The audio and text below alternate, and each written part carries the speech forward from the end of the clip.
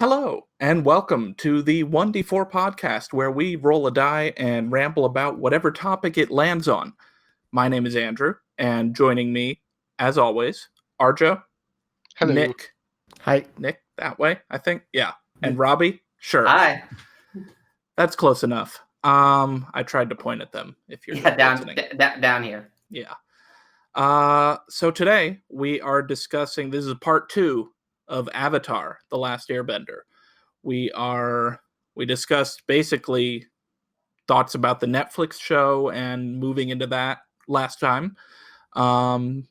This time we're leaning a little bit more into the world of Avatar, the bending, the environments, the 4 nations, all that kind of stuff, and what exactly everything is. So I think it's good enough to start at the beginning. The origins of bending. Yeah. What do y'all think about things like the lion turtle, the dragons? Bending is like the most important Avatar thing, right? Like when you think world of Avatar, the first thing that comes to mind is like bending the 4 elements. So that's good place to start. Did you, Andrew? You have not watched Korra, right? Nope. Okay, so in Korra, we learned the actual origins of bending. How people are able to bend elements is they were gifted the ability by lion turtles. Okay. At one point, way off in the past, there was no spirit world and physical world. It was just everybody lived together, and the lion turtles were basically living cities, kind of. Yeah, they just wandered around and they had cities on their backs where they protected the humans because the spirits were out in the wilds and were very scary. And they would gift people bending to go out and do foraging parties, basically. And so that's where it comes from. I think there were 4 turtles that each gave a different element. And then I'm curious what you guys think of that as the origin of it. It makes the lion turtles feel like some elemental force of the world, right? That they're both they were the OG people able to bend and also capable of giving bending to others. What did you think of that as an origin for bending? I mean, the lion turtles are basically the gods of the Avatar universe. If we get down to it, it does seem like that, doesn't it? We'll get down to them later. But even Rava, when she was talking to lion turtles, referred to them as the great one or wise, great ones or wise ones. Oh, that's true. Yeah. But yeah, the lion turtles, if we're going with Avatar mythology, sort of stand on top. So I kind of like I mean, I'm not against it. I know a lot of people hate the Deus Ex Machina that the lion turtles can sometimes end up being. That's a separate thing, though. What they did with Aang for the ending of the show is separate from where they fit in the cosmology, right? Mm-hmm. And in that regard, as far as what it's been represented in Korra, as far as how bending came to be, I'm fine with that. It built on stuff that we know, and it doesn't diverge too far from some of the other stuff we've been told. I mean, I'm curious. Oh, go ahead, Nick. I was just thinking mythologically wise, it makes sense too. If I'm not mistaken, lion turtles were what the world sat on in a lot of Asian cultures and stuff. So they were the protectors of the world as it drifted through the cosmos. So I didn't know that. Yeah. So them being the bastion of humans within the world itself was kind of a deviation from that, but it's still. Now, makes them a central force in the world? Yeah.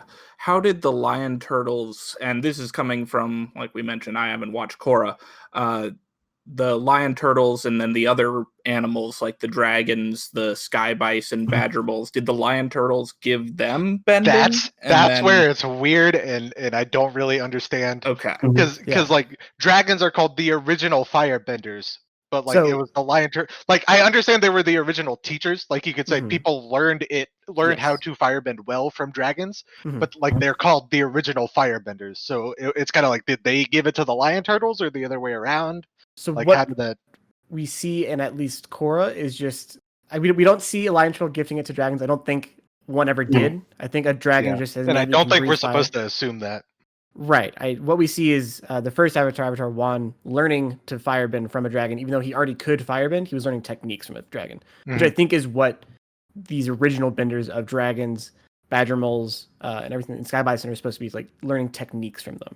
And the moon. But how does the lion turtle fit into that? Did the dragons teach the lion turtle No, I don't think so. That tells me that the lion turtle basically gave people the ability to bend the elements, and then people, in following suit with martial arts and taking cues from nature, decided to then model the way they bent after those that they found in nature that used it most effectively. Yep. So was it just like dragons and one of the lion turtles were both firebenders? Like both original firebenders? No, I don't think the lion turtles can bend their elements. They're just gifting it to humans. Actually, I'm gonna contrast that because we saw that the lion turtle that gives the air powers and has the air people on back can fly. Sure. So true. I don't know if that's just a thing that lion do, or whether it's a. Uh-oh. We're losing Robbie a little bit here. Oh guys. no, Sorry. Robbie, come back. Sorry about this, guys. Yeah, it's the difficulties of doing a podcast from remote. Yeah, it's kind of difficult. He does raise a good point though. It was a flying turtle, and it was specifically the airbending turtle that did that. So I think this is more along the lines of the lion turtles being deities in the world, though, and just that's their innate abilities. Like it's an air lion turtle, so it's gifting the humans air on its back, but it's not like it is bending itself. Like it didn't. It's not. We're not going to get into the whole who bent first, like the lion turtle or the sky bison type of thing. I think both probably just had the ability. The sky bison because it was born with it, and the lion turtle because it's a god. Like I don't know. Yeah. Okay. That sounds good. So Robbie's face. It's a good face to freeze expression. On, so yeah. But we might as well move on. Well, let's talk about the original Bender. So, the moon. He's back, but pixelated. Welcome back, Robbie. We talked about this a little yesterday, Andrew, but I thought it was curious. So, ignoring how off the moon is between the other four, I also thought it was weird that like the original Firebenders dragons are something that we have in our own mythos, but then badger moles and sky bison were both made up in the world of Avatar, and unless there's like ancient or like Asian myths that have those in them, but I'm not aware of any. I was under the impression they are original like Avatar: The Last Airbender creatures, and I thought it was curious that they chose to give bending to two original creatures, and then also this one that is part of our own mythos. At least to me, that makes me think that they just couldn't find a suitable enough example. Yeah. Even in mythology, like dragons, you think of fire, you think of their technique and that kind of thing, especially the Asian style, more serpentine dragons. Yeah. They're very like fluid in how they move with fire and that kind of thing. But like things like earth, in mythology and I was stumped on trying air to in mythology, right? There's not really anything I can think of. So water has some good ones, but that's more or less the exception to the rule. Yeah, like the moon, krakens, Loch Ness monsters, megalodons. Selkie for our Scottish fans, if we ever get Scottish fans. So people just like Selkies. In talking about the elements, it's they're very broad, obviously fire, earth, water, air, and it's been demonstrated there's multiple subsets: blood bending, metal bending, and whatever other lightning bending, some other air thing. I don't know. We never really perfume get the bending. Yeah, there you go. So what do you think defines the limit in what can be bent and what can't? Because is it skill of a bender? Is it a certain mindset? Is it all just mental? I'm not sure. So we see from Legend of Korra that now that the techniques of metal bending have been discovered, it's something that a lot more people are able to do. It's still you still have to be skilled to be able to do it, but it is something that is teachable to more people now that there's a framework for them to work off of. So I would say generic skill and power. We don't really know like what that translates to in terms of bending proficiency. But there is something there that it's like if you practice this or are good at this, you'd be able to reach these tiers of different kinds of bending. But then we also see like lava bending is something abnormal, even to people that are learning metal. But like Bolin wasn't able to metal bend, but he was able to lava bend, right? Right. Correct. And I'm curious where that comes from. Is it like a personality thing? Like Bolin had an affinity for lava? Like how does that work? Well, That's a good question. Going back to the metal bending, I can give. Well, first of all, in Legend of Korra, they mentioned that like 1 in 100 Earthbenders is able to actually metal bend. So even with the skill, there seems to be some distinction on who can and can't. And actually, I can actually go into the comics a bit for reference to this. Really early on in the comics, Toph decides, "Hey, I'm going to try starting a metal bending academy," and she gets 3 students to come and join her. Later on, Sokka asks like how he chose like these 3 super dysfunctional people, whether they're all. Oh no. Oh no. I don't know how she chose them. Don't worry, she did not kidnap them. No, you're cutting out again. Ah, dang it. Yeah. Okay. Right. You seem to be might okay be now? back. Yeah. Okay, but so Sokka asks her how she manages to find these 3 super dysfunctional people that she ends up choosing, and she says that she wanted to find the strongest Earthbenders around that might have a reaction to her meteorite bracelet. It's kind of way we know that Korra that the meteoric iron is a really easy sort of gateway metal bending. Right. So Toph just went and irritated people to get them angry so that it might cause a reaction with her bracelet, and that was more or less her strategy. And even then, she irritated dozens of people, and she only managed to find 3 people that were able to do it. That's a good bridge to bring up. So Nick likes to talk a lot about how the bending the elements is like a spiritual thing of like spiritually what you identify with a certain element is how they distinguish things.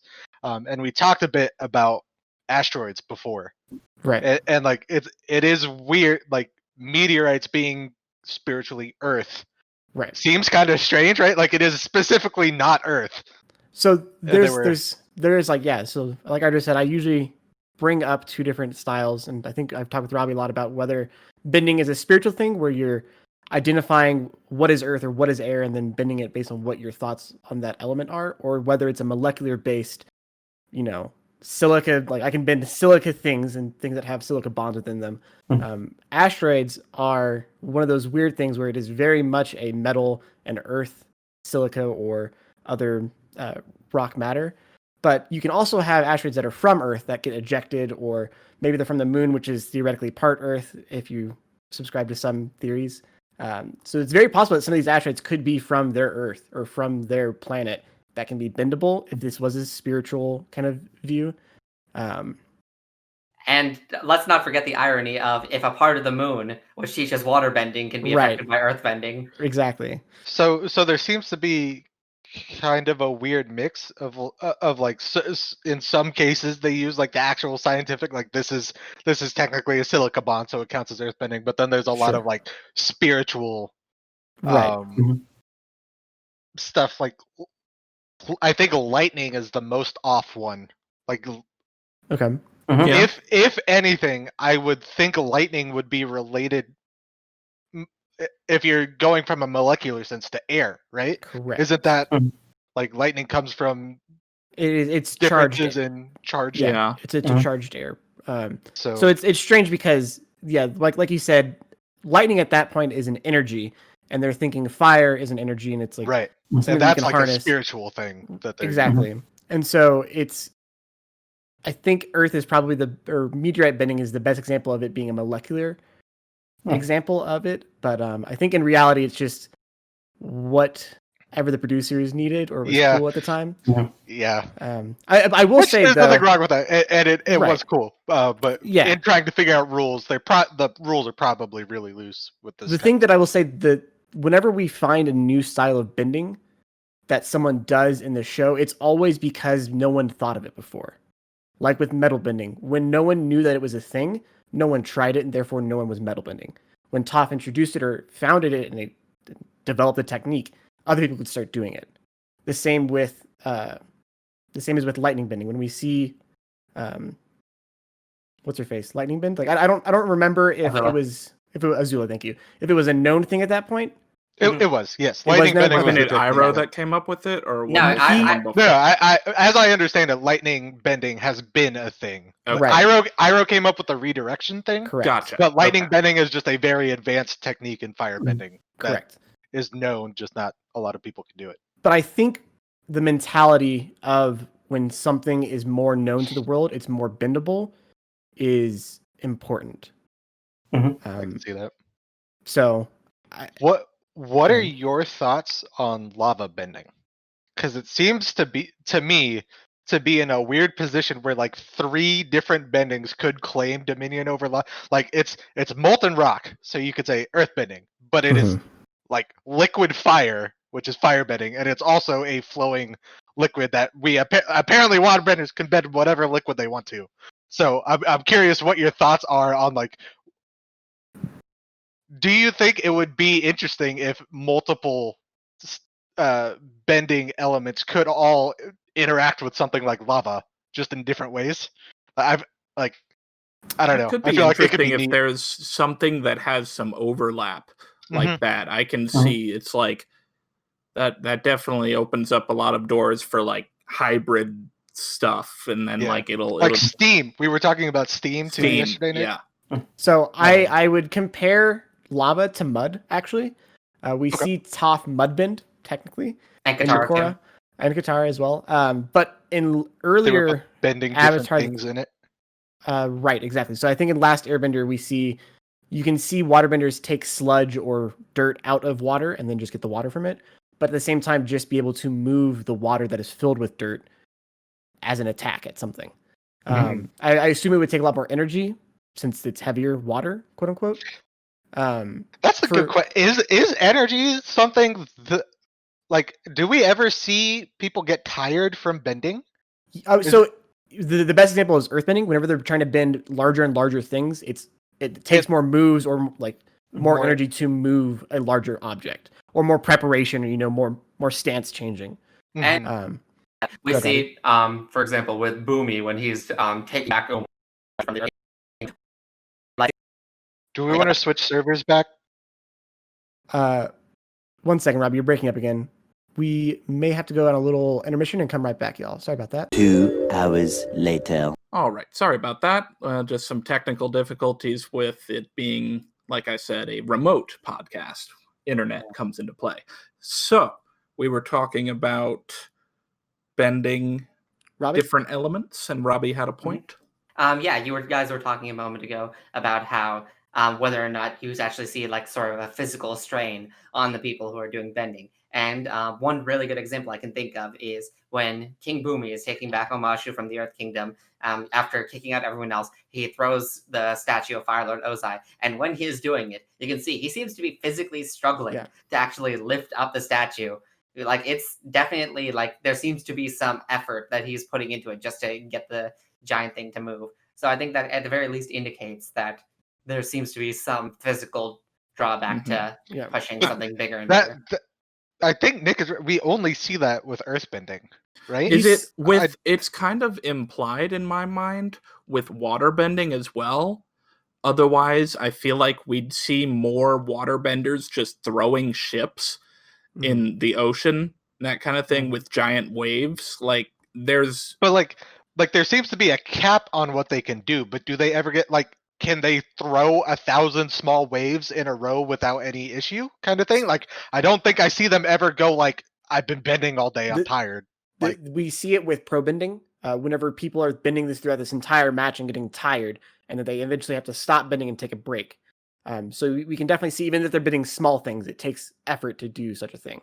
It might just be the physicality of the emotions behind it. Yeah, I got the impression it was like the physical movement and they got hit a lot. Right, exactly. And I would think it'd be both though too, because whether it's a mass-based thing with how much water you're moving, how much earth you're moving, how much air you're moving, or a area of effect type of thing, like the more area you're affecting of earth or of water, it requires harder stances, harder breathing or whatever. Because airbenders, when they team up, can create larger air effects without tiring themselves out as they channel a tornado or whatever. So True. I definitely think there is tiring aspects of bending, whether it be just doing the movements and the stances, or I think it is also exerting your will on nature, basically. Gotcha. One other question I had for Robbie, because I think he knows this. What is the story behind Azula's blue fire? I don't think there's any like official story behind it. I think There it's is. just is There there? is. Okay. Yeah, Nick knows. there is. Yeah. So officially, the writer said to make the firefights between two firebenders more interesting, and Azula being the main person who's going to be fighting other firebenders, as well as they didn't discount people's theory that she had a more burning passion behind her bending, which changed the fire.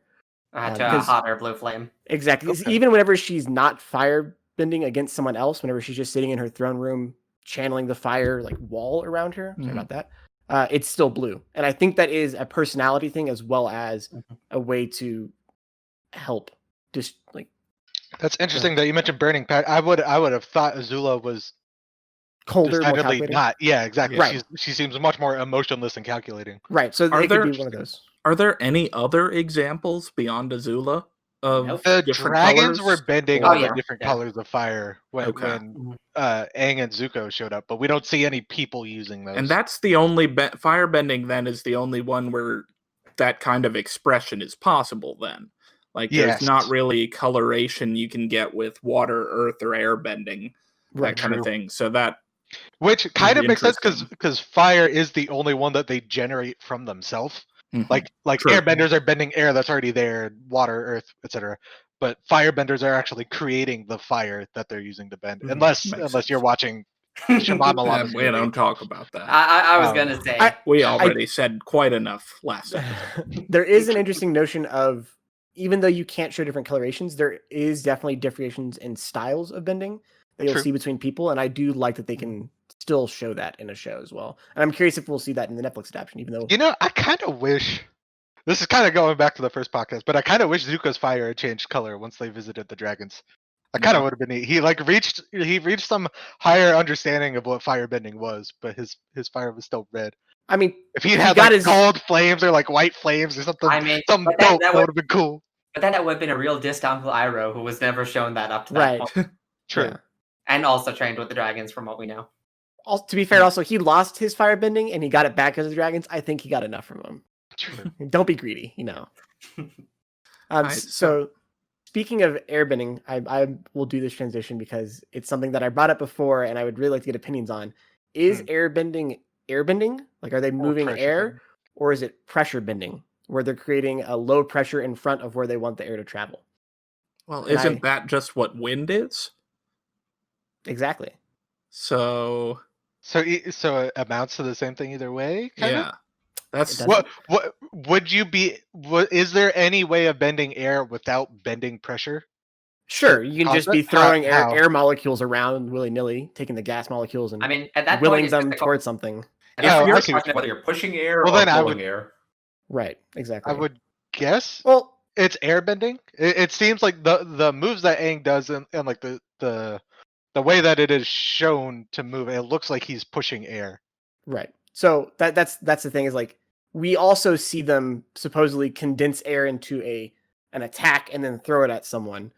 So it's just an interesting thought of like, if it's ever actually the molecules being affected, it goes back to what is bending, an exertion of will on molecules within the air and on the ground, or if it's this spiritual thing that you're interacting with the natural elements of the world. And if we're going with like a chemistry thing, one nutty thing as far as energy manipulation is, we see Firelord Sozin when he's helping Avatar Roku fight a volcano, which by the way, badass. Fighting volcanoes just in general. But we see him actually remove the heat from a volcano, converting the lava back into stone. Like he is literally shooting heat out of his finger. So it seems that firebenders it's more like a dynakinesis sort of thing. It's like you're literally manipulating the heat. Like internal energy. So that... Could a firebender set something to absolute zero? Maybe. I feel like that would take too much effort. But something close to that, maybe. I forgot to bring this point up earlier, but one thing that did bother me with lava bending is when they create lava. When did that happen? Forcing anytime they lava bend. I Right. remember what you're talking about. Like when they make solid rock into molten rock, I feel like that is too much, like stepping on firebending toes. If that's a good I point. feel like it'd be really simple and straightforward if a flow of lava was coming and they could just redirect it. I feel like that makes a lot of sense for an earthbender. But yeah, making it lava made me felt wrong, but it's whatever. And It's still actually, cool. That's a good point. I I would think agree with that. Yeah. And I think I actually heard somewhere in the original Avatar series, it was intended for lava bending to be something that only the Avatar could do, as just a combination of firebending and earthbending. It wasn't until Korra that someone thought of the idea of that, because the only two instances of lava bending we see in the original Avatar Last. Oh He's destroying his no, temple. not again. Sorry, I got myself back. You're just robot-y a little bit. That's unfortunate. Okay. Yeah, keep going though. But the only examples we ever see of lava bending in the original Avatar were Avatar Roku when he's like destroying his temple during the solstice episode, and then Avatar Kyoshi when she's creating Kyoshi Island. Right. So just the avatars. Okay. That makes sense. Okay. I think that's a lot to think about on bending itself and on the origin and what exactly things are. I think we should talk a little bit more about the world itself. The four nations, they're all very distinct. They all have their own set of colors that they don't cross that line. Who decided? When were the colors decided? And how miserable is it to be an interior decorator in the world of Avatar? Yeah. So things like the way that the Fire Nation is structured with the one ruler, the Earth Kingdom, the way they were kind of a bunch of separate cities that are united due to the war, if I recall correctly, something like that. Yeah, and it's never made clear. Water the whole multiple kings thing is never. Yeah. And like I've looked online for an explanation, and it's mostly just like other commenters saying like I guess there must be like little kingdoms in a big kingdom. Like there doesn't seem to be an actual answer from the creators. Like you got King Boomy down here, and then you got the Earth King up there. Which makes him an emperor, right? Or it makes Boomy a lord. Like I don't know why they're both kings. Lord Boomy, perfect. I think not getting a clear answer is annoying, but fine. Like it definitely just feels like there's provinces within that just all report to a higher capital province, if that makes sense. Kind of like a feudal system, that exactly. kind of thing. Yeah, and depending on the province's wealth probably determines the ruler's status. Like we see a governor in Korra pleading with Kuvira not to, screw their town over. But Omashu might be might have been like a separate capital at one point, like a Japan-style thing where there was two capitals and people fighting over the rulership. True. So it just makes sense. And we know that earthbending are, well, I guess this conflicts with the Korra stuff, but supposedly the first earthbenders were conflict there. I guess maybe it's the first people who learned from the badger moles how to really perfect shocking rocks. Fancy moves, tiny rocks. Yeah. Robbie, do us a favor and leave the call and reconnect, and just maybe relaunch Discord. I don't know. Well, that might help. But while he's gone, so do we want to talk about Earth Kingdom first since we're already on there? Because I do also want to touch on the tiered society in Ba Sing Se, and like how classist Ba Sing Se was. I thought that was an interesting choice compared to, like, I would have thought if you're going to do that anywhere, I would have expected them to do it in the Fire Nation to make the Fire Nation seem more like bad guys, right? Because it was very much represented negatively. It was like, look how bad this is. Look at all these poor people in the outer ring, kind of thing. I think it's at least to me that's still like the class divisions in Ba Sing Se. That's something you see in a lot of big cities, like in just the world. And I feel like it was just way more pronounced because they needed that. There was still like Ba Sing Se was considered an antagonist to the party. at least while they were in there to some extent. So it was like the city felt like it was the. What did you think of? It seems strange to me that there could ever be a want for like good housing or anything in the Earth Kingdom. Like considering an Earthbender could just like same thing as the Water Tribe people. Like they could just make bigger igloos and whatnot. Like it seems strange to me that. Okay. Well, first off, igloos, you would not want a bigger igloo because it's just harder to heat the interior whenever you're living in the North or South Pole, sir. Whatever. Ice palaces. I don't know what you want. Why would the you want rich people? The rich people had clearly bigger houses. That's all I'm saying. And they wanted to waste their money on heating it, so that's their problem. But like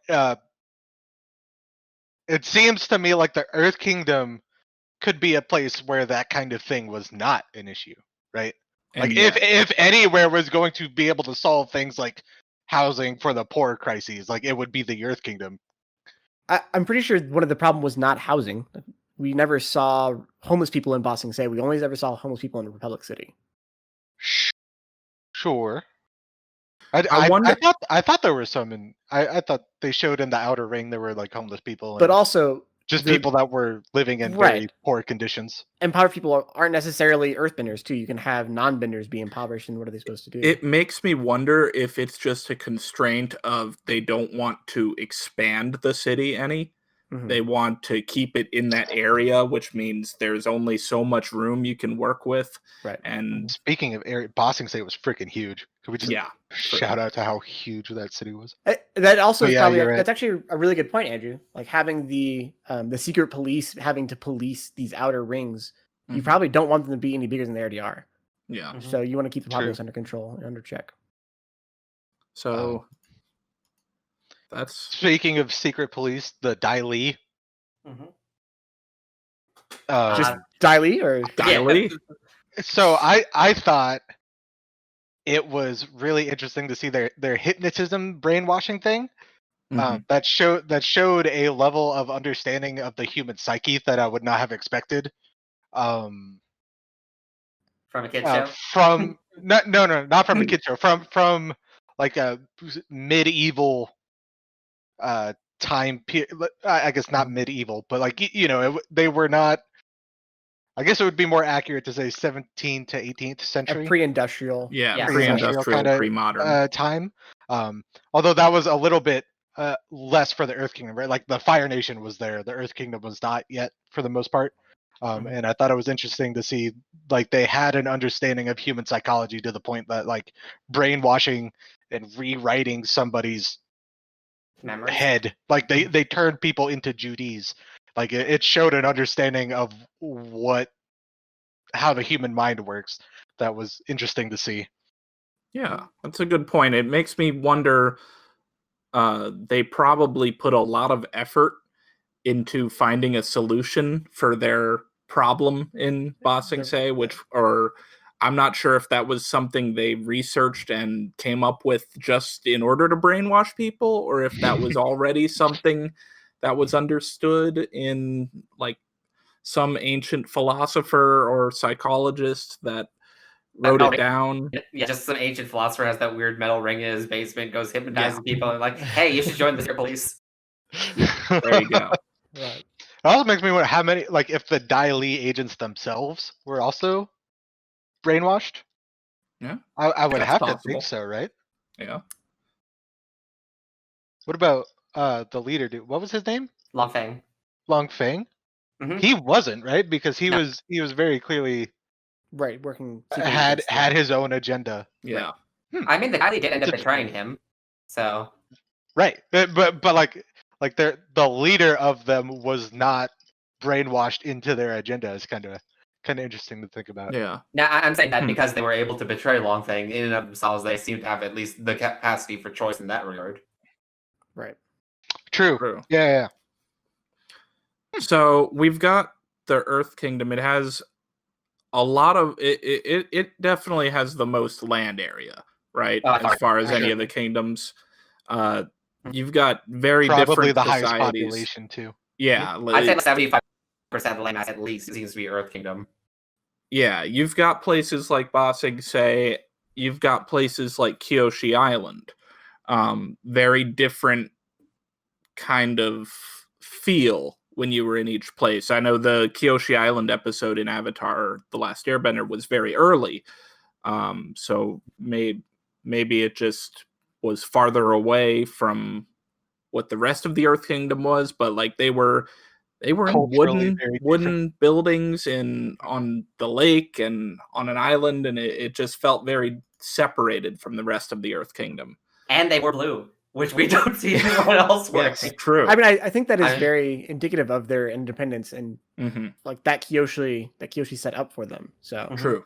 I like that was shown. Is Kyoshi Island part of the Earth Kingdom? I would think not.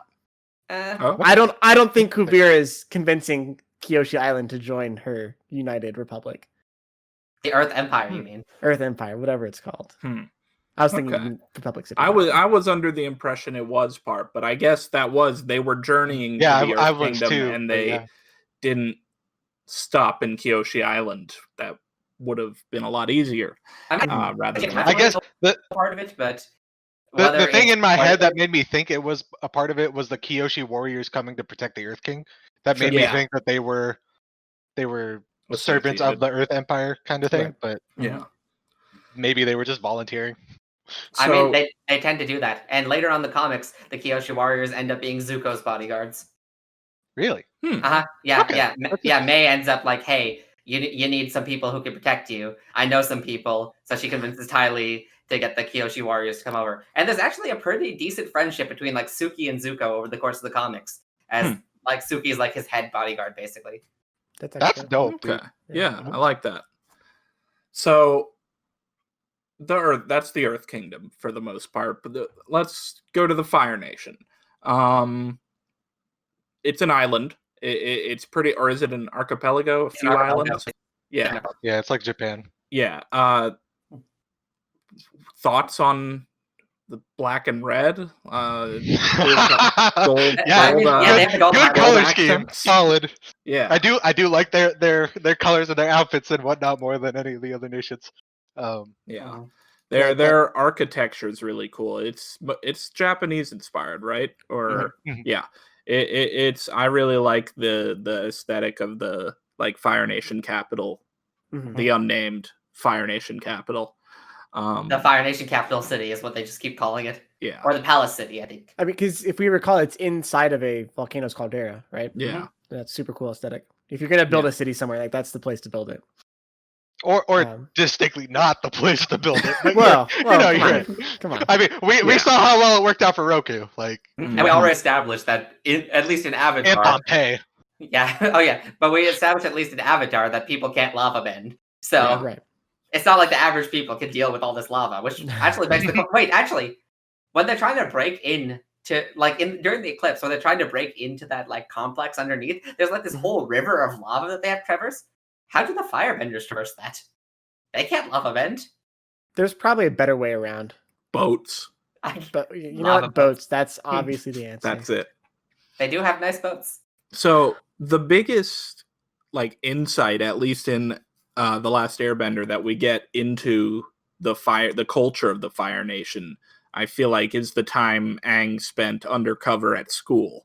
the Fire Nation school and like it kind of showed that not everyone was like, sure, there was a degree of brainwashing and like nationalism, that kind of thing, but it was like they were people. They're not just these mindless hordes and drones of firebenders and that kind of thing. When that dude told Aang to stop dancing, I was like, okay, I would not make it here. These people suck.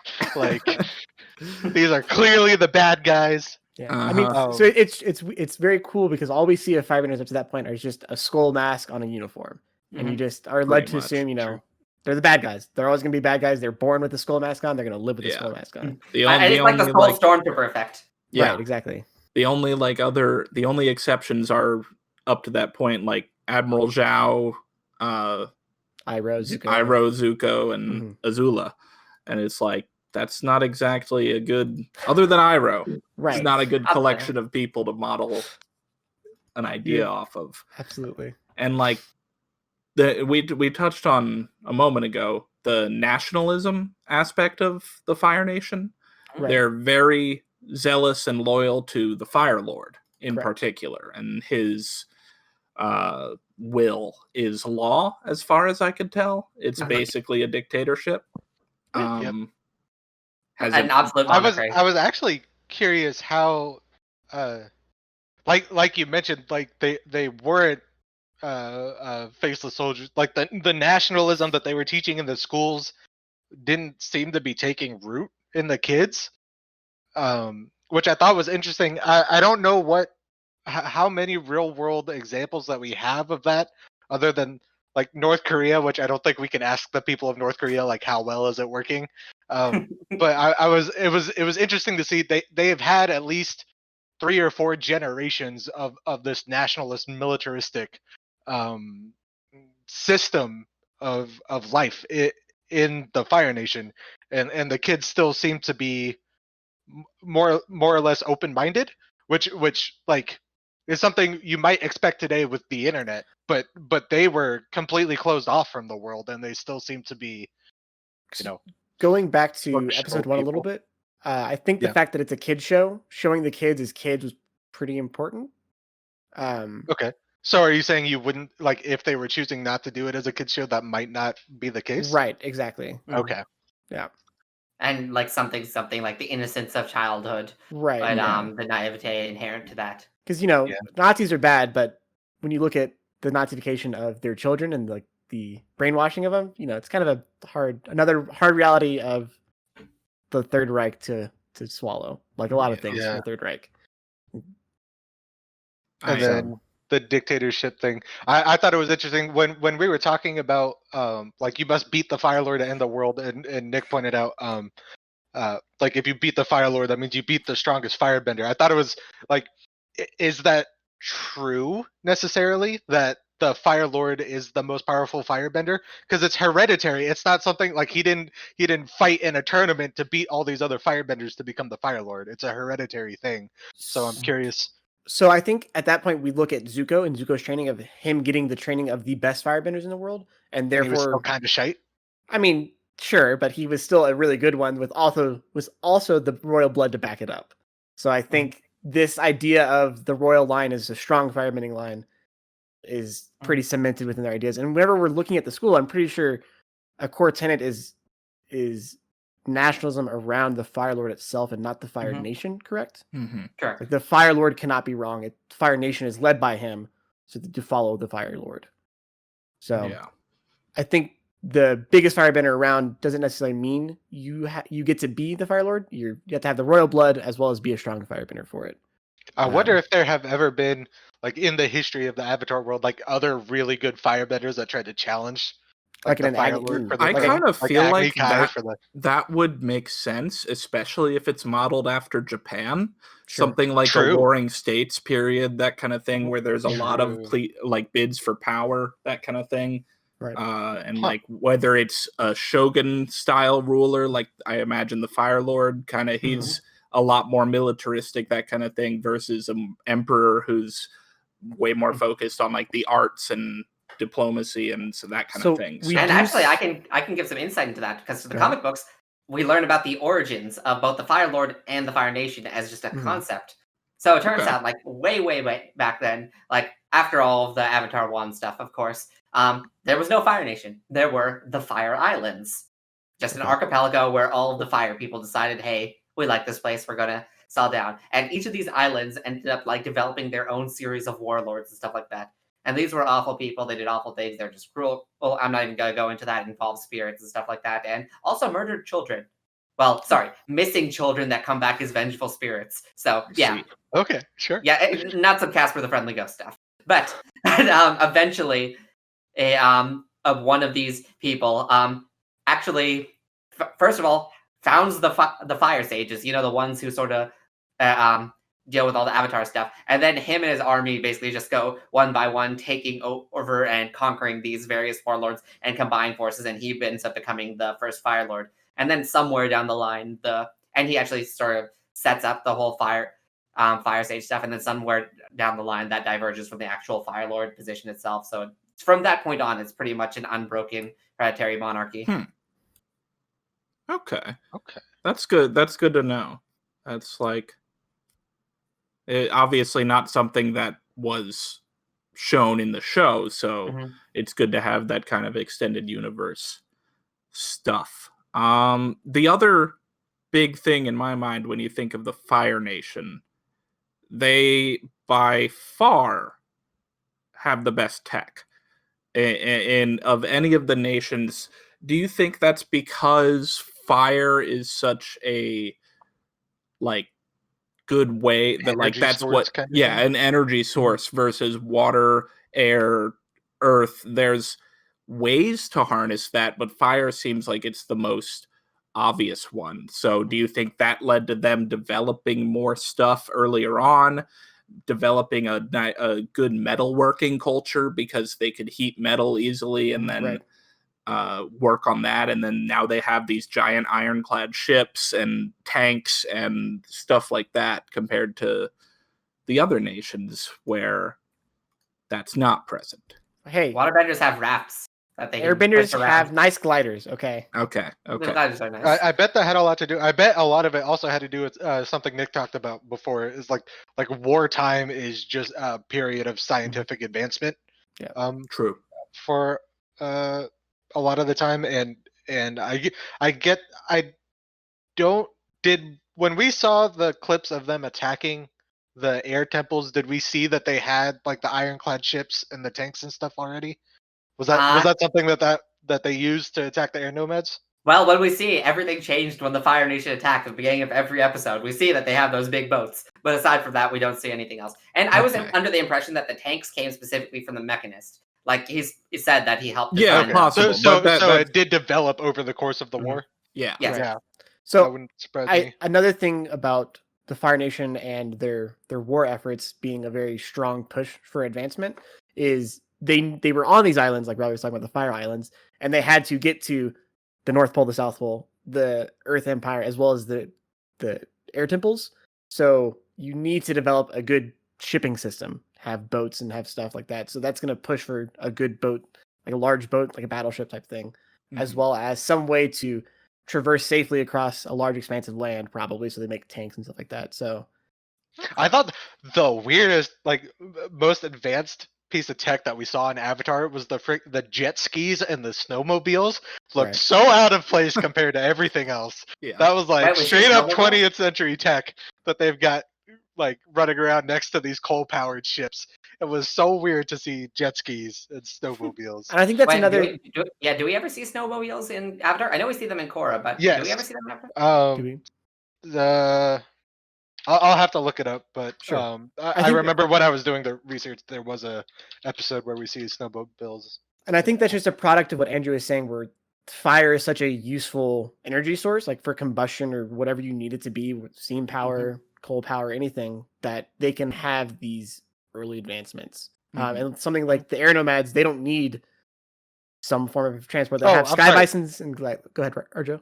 It was in a comic that was set in the time. It was in one of the some dude named Thawd. I don't know who that is, but he's apparently in the Avatar comics. I think I've gotten them. But he uses a snowmobile. Sorry, keep going. So maybe it was like a custom one then at that point. Yeah. Yeah. Okay. But we still see jet skis, which also yeah. are very impressive. Yeah. So I think that's just a byproduct of fire being an easily, used energy source. Yeah. I think the second most obvious source would definitely be air. There's things you could do with air. Obviously, water you can get things rolling, but air obviously comes with flight. Right. That's like they have their gliders and that kind of thing, and they have the way they can condense air. Did they had temples, right? But they're constantly referred. They're the air nomads. Did they settle other places? Yeah, I didn't. They did not do a good job of expressing them as actual nomads. I don't think. They seem so domestic for a culture called the air nomads. Of the nomads, I believe, is to travel from temple to temple and have stops along the way.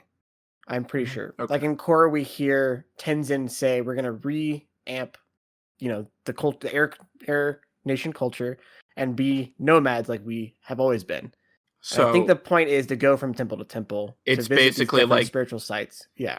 Okay, they're over the course of their life and over the course of practicing airbending, they Right. visit the different temples, and perhaps it's a rotating cast of people Right. who are living there for any given time.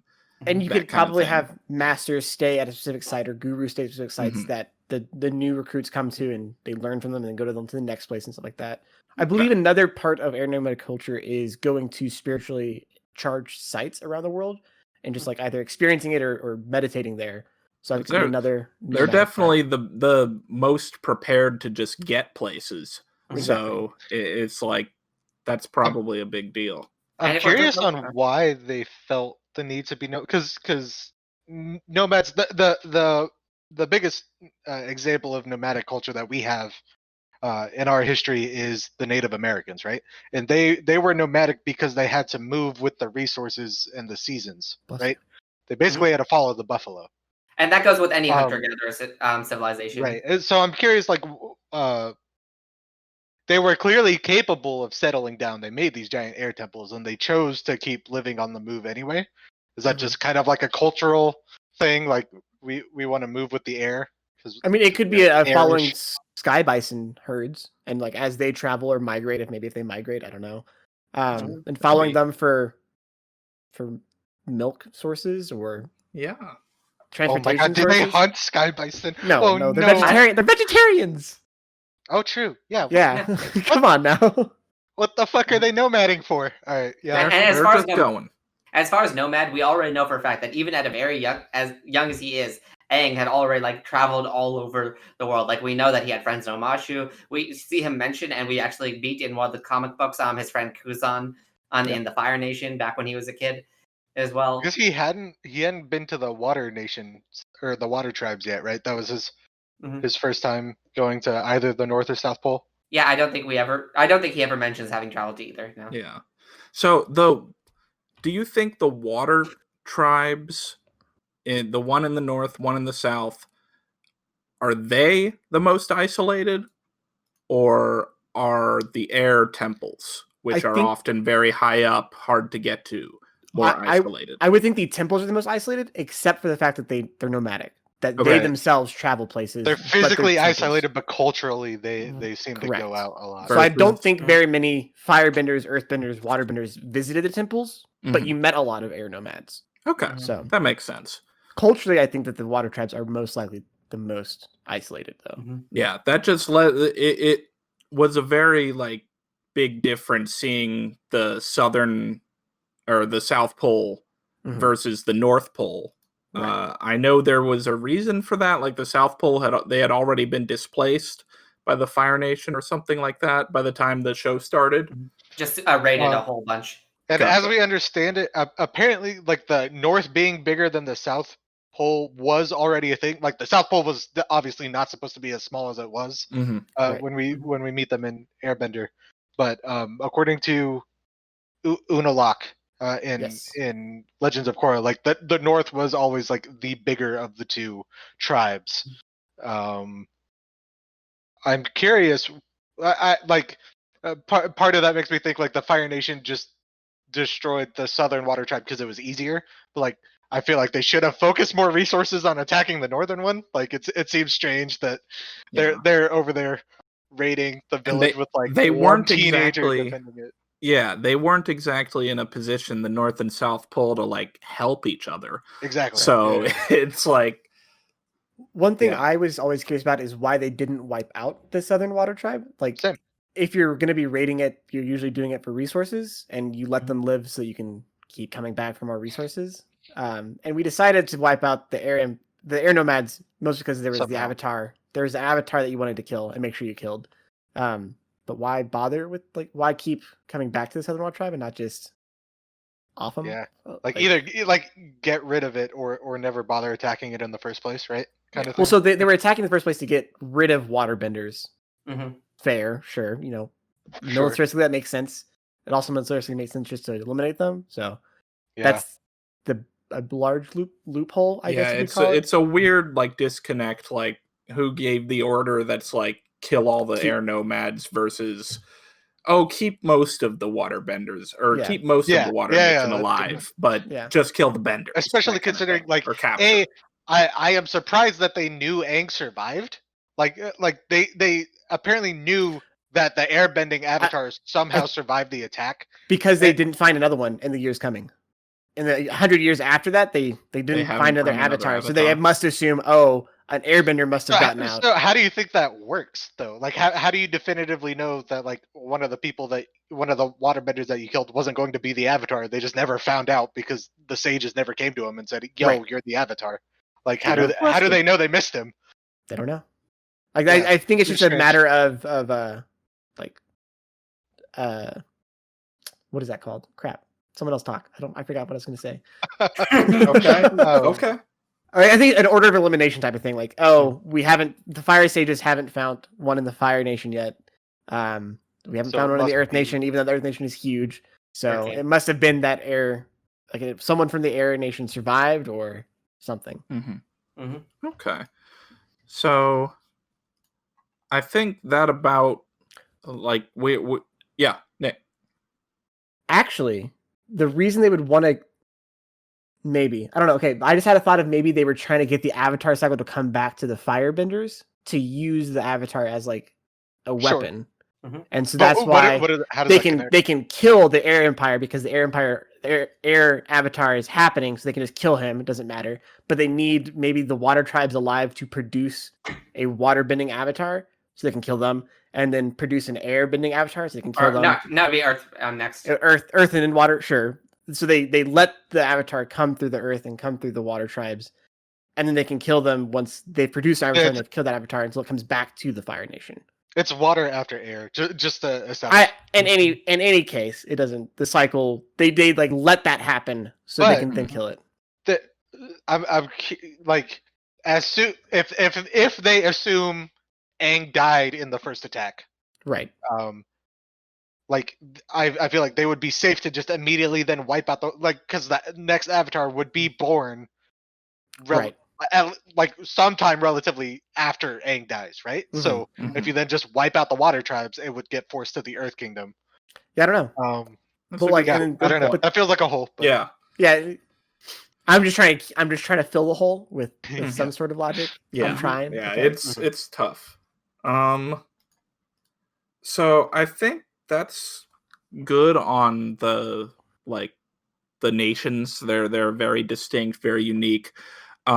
There's one more, not nation, but big part of the Avatar world that comes into play, obviously, quite a bit, being the Avatar, the spirit world.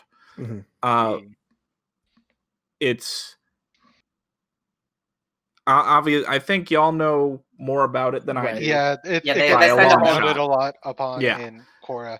Nick, I want to ask you, because you've watched it the most recently, how did the spirit world come about? Because I know in the beginning, spirits and people lived together.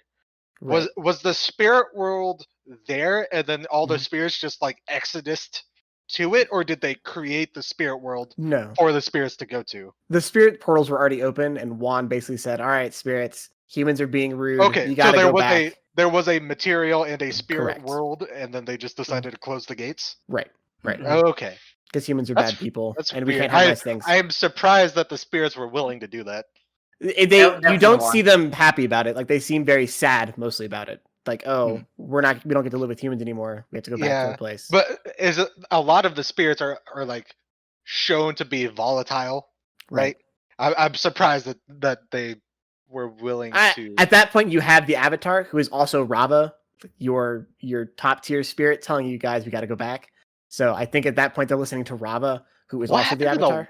Lion turtles. Did they stayed in the physical world? Did they? They did, and humans exodused from the cities and spread out across the world. So and then the lion turtles just kind of left. Yeah, you just the next time you see them. Yeah, I wonder which. Sorry, go ahead. The next time you just see one is chronologically is talk to Aang when it comes out of the ocean. I wonder which one that was. I wonder if he was one of the ones that gave elements to one of the elements to people. I think they all did.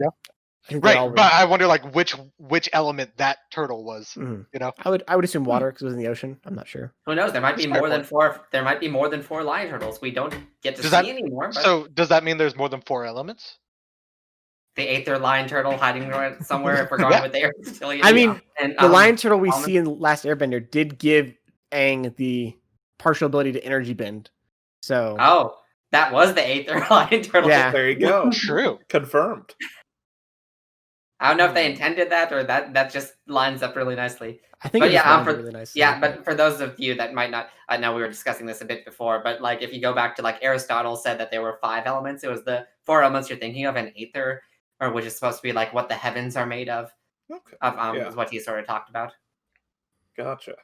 So the spirit world is there. What about things like the physical representations of spirits in just like the the spirits mortal themselves. world? Like the fish in the North Pole that represent the ocean and the moon.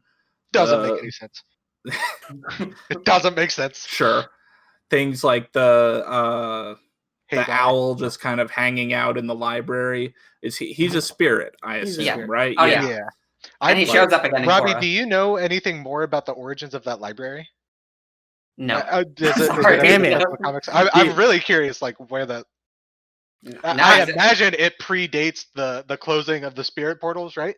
Because it seems like it seems like a human repository of knowledge guarded by a spirit kind of thing. Right.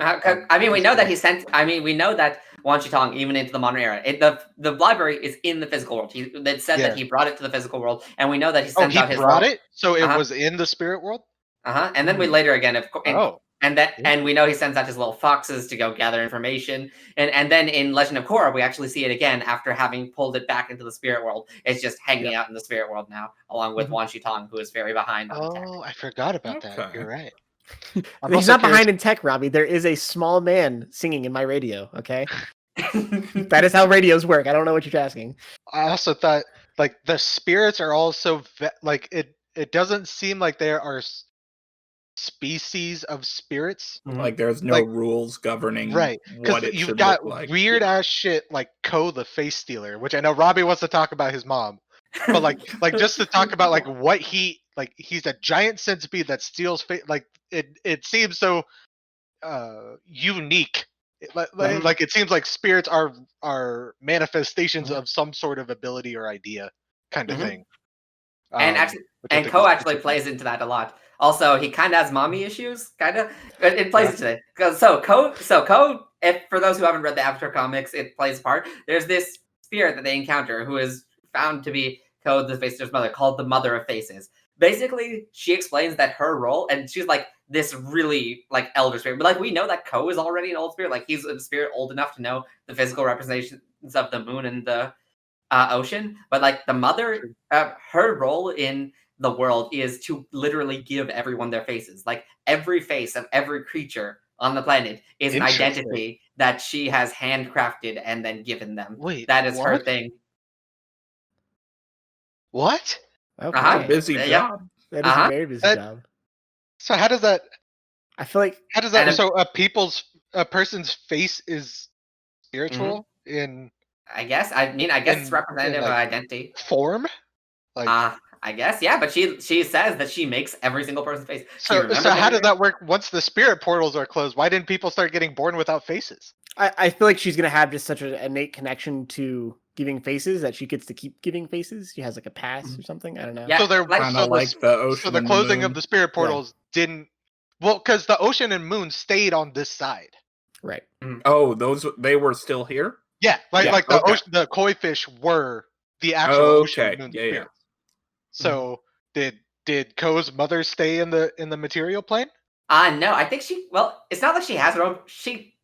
It's complicated. Like once a year, she pops up in a random pool in this one place in the Fire Nation. And Really? And if you go to her, she can give you a new face, but she's kind of mad about it because she's like, "I made your old face. What's wrong with that face?" She's literally a mother. Okay. Of faces, and apparently, like How- the face stealer, sort of steals faces in order to get a bit more of a connection. Like I want Now a new I'm kind of face. curious. No, we have faces back at home. Like, I'm kind of curious, like if Zuko met her, how would she react to Zuko's face? Like, what did you let happen to my beautiful work of art? I mean, I don't want to go into spoilers because that's actually one of my favorite comics. But Zuko and the Mother of Faces do actually have some interaction. Not necessarily about Zuko's face, but it's actually very integral to Zuko's story. I can't tell you why though. okay. That's So- For anyone who hasn't read very So weird. it sounds like That she does was not- just so innately connected to the world, and like her role was so important that she had some sort of like back there. Maybe. functionally a god at that point, right? Oh yeah. Like even more so than the lion turtles, because the lion turtles were I feel like these beings are bound just to part the- of the world. Yeah, like they're half world. I don't want to say half world, half spirit because that's very Avatar-esque region, Yeah. but spirits that have such an impact on the world that are integral to it for it to be working. So Mhm. Are there any like others like that? we don't Not know. that we usually see, I don't think. We But like got if the the new- Things that are so like they're representative of ideas that are so fundamental to the world, like things like the sun rising and falling at the night and that kind of thing, and the So seasons I imagine have something going on if there are seasons in Avatar world, that kind of stuff. Actually, do we ever see this? I guess I would want to assume that there is a spirit of the sun, if only Yeah. because there's a spirit of the moon. So there must be a spirit of the sun, or else it's You'd not hope. balanced. Yeah, I But- feel like these are just things that we just didn't get to see, or the writers Yeah. didn't have enough space. They to could explore these expand ideas. upon, right? But and like that it kind of is thing. interesting, like the ocean and moon, like the spirits are in the material world, but the ocean and moon are also only in the material world. We don't like there is no ocean or moon in Right. the spirit world. Right. So Mm. these spirits, when they were in the material world, connected themselves with the material world so innately or fundamentally that they could stay or could be represented within it. Do spirits does that Mother of Faces lady also make faces for the spirits? I don't know if it ever gets into that. I don't think they ever describe that. We just know that every creature in the physical Well, now world faces All I right, wanna I'll read stop the tearing it apart. Yeah, Yeah. I want to read the comics now because I feel like the comics are a really good place to explore these things. Yeah. 'cause that would be the search. It's the story of The search. Zuko trying to find his mother. Damn it. Okay. What about Alrighty. getting to and from? I thought it was interesting. The first in Airbender, the only time we see the spirit world is when Aang finds ways to meditate into it, right? And Mhm. he is there's the explicit restriction there of you can't bend in the spirit world because you're not really here. It was basically astral projection from D&D, right? And then we see in Korra, if you go in through one of the spirit portals, that you are physically there, so you can physically bend. And I think that's curious because that means that the earth and the air and the water in the spirit world is actually earth and air and water. Like it is not made up of spirit, right? Like there was still stuff there for Korra to bend. It's not Aether. It was not actually It's Aether, not Aether. right? Correct. So so that kind of means it is just like another world. Like it's just another Yep. plane of existence that was just given to the spirits, right? Mhm. Right.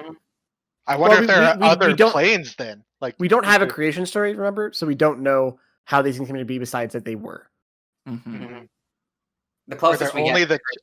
only the two worlds? Are there more? If there are only two, why are there only two?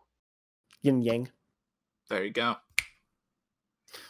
So And then the Spirit- avatar is like the little dots in the Yeah. yin yang. And speaking of yin and yang, I think we can move on to Rava and Vatu. If we're talking about spirits that represent stuff, True. yeah, those are two really. just the Avatar in general Mhm.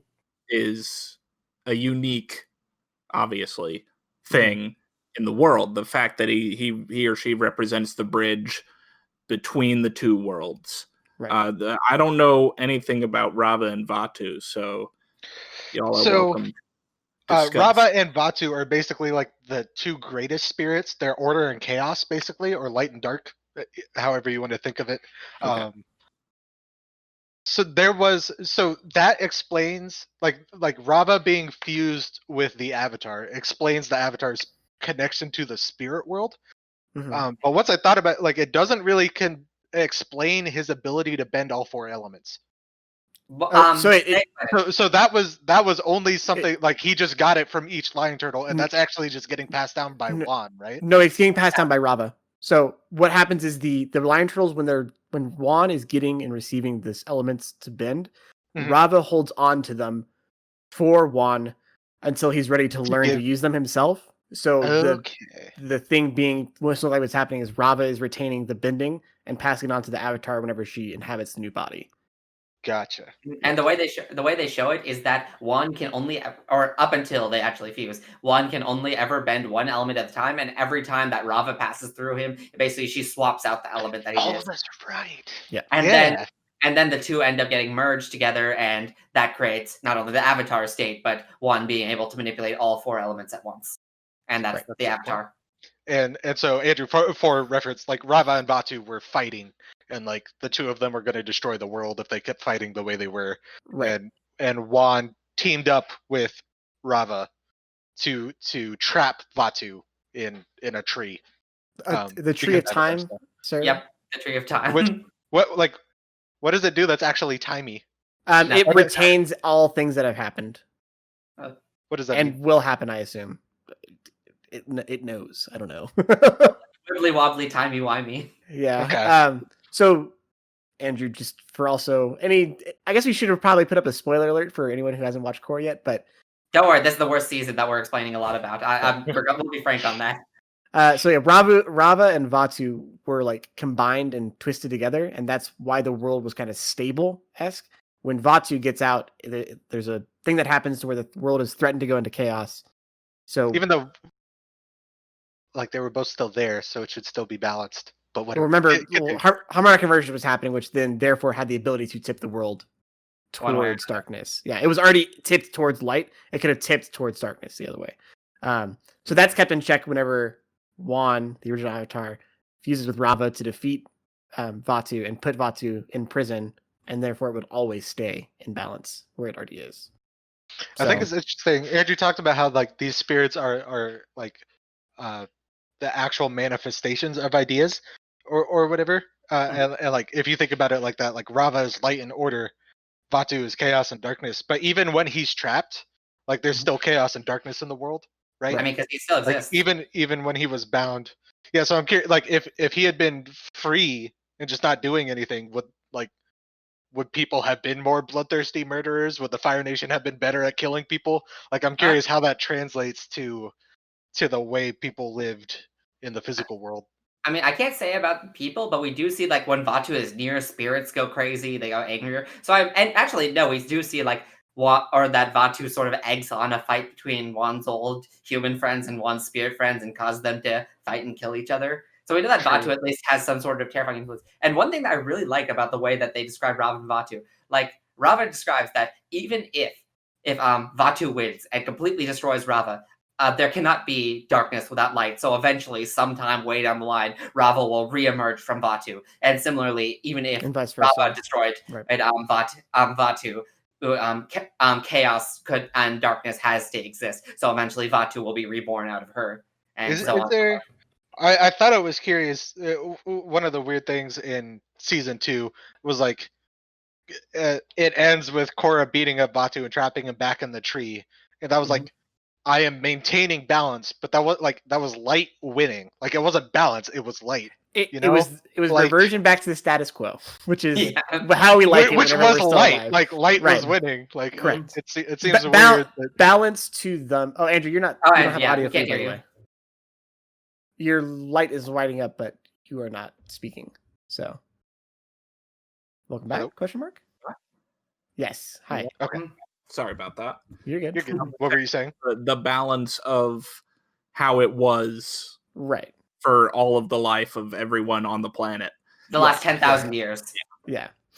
So, balance just meaning good winning.